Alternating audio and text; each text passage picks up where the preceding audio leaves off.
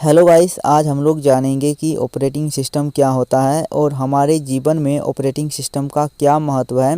Guys, हम लोग उदाहरण के मदद से ऑपरेटिंग सिस्टम को समझने की कोशिश करेंगे। चलिए देखते हैं।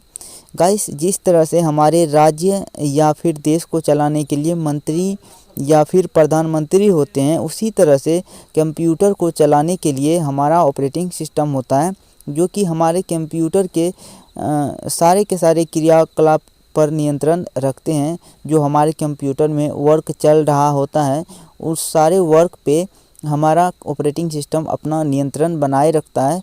गाइस, एक और उदाहरण की मदद से हम लोग ऑपरेटिंग सिस्टम को समझने की कोशिश करते हैं। गाइस, हम लोग ज़्यादातर हिंदी और इंग्लिश लैंग्वेज का यूज करते हैं कम्युनिकेशन करने के लिए, यानी कि एक दूसरे से बात करने के लिए।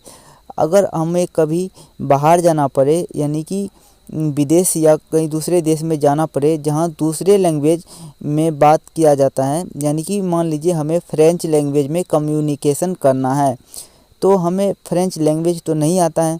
तो गाइस, इसके लिए हम लोग क्या करेंगे, एक ट्रांसलेटर को हायर करेंगे कम्युनिकेशन करने के लिए।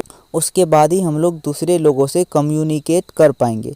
उसी तरह से अगर हम लोग कंप्यूटर से कोई काम करवाना चाहते हैं तो हम लोग ऑपरेटिंग सिस्टम का यूज करते हैं, क्योंकि हमारा कंप्यूटर जो है वो बाइनरी कोड को ही समझता है, जो कि 0101 में होता है। लेकिन हम लोग तो हिंदी और इंग्लिश जानते हैं, इसलिए हम लोग ऑपरेटिंग सिस्टम का यूज करते हैं।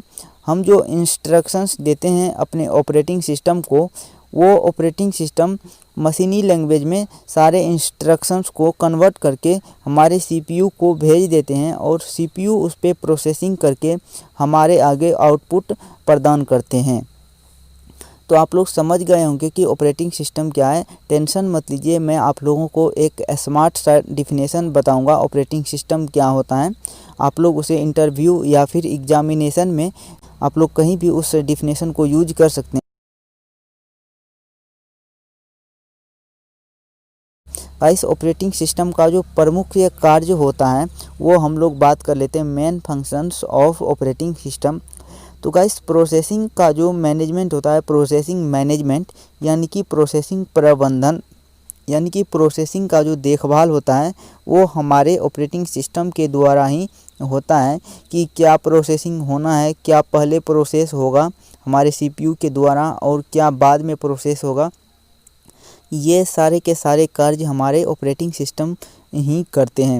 दूसरा हो जाता है मेमोरी मैनेजमेंट, यानी कि हमारे द्वारा दिए गए, यानी कि हमारे द्वारा इनपुट किए गए डाटा का जो लोकेशन होता है, जो मेमोरी लोकेशन होता है, वो लोकेशन का तय करना, वो लोकेशन हमारा ऑपरेटिंग सिस्टम ही तय करता है कि किस जगह पे कौन सा डाटा स्टोर होगा।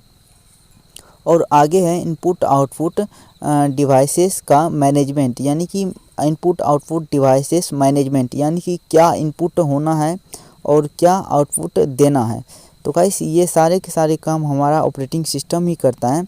और उसके बाद फाइल मैनेजमेंट भी हमारा ऑपरेटिंग सिस्टम ही करता है कि फाइल कहाँ स्टोर होगा, किस डायरेक्टरी में स्टोर होगा, यानी कि किस स्थान पे। कंप्यूटर के भाषा में स्थान को हम लोग डायरेक्टरी कहते हैं।